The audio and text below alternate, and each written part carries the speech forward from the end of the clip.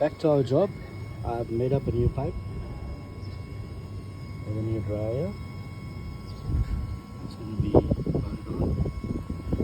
I've got nitrogen running through the system. I'll put it back and I'm going to raise everything up nicely.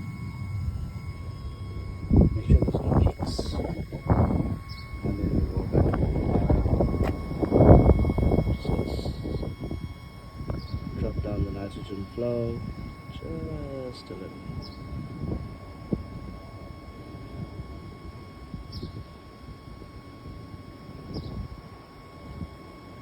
In fact, that's more than enough of nitrogen flowing through. Actually, yes, but it's showing 0 bar.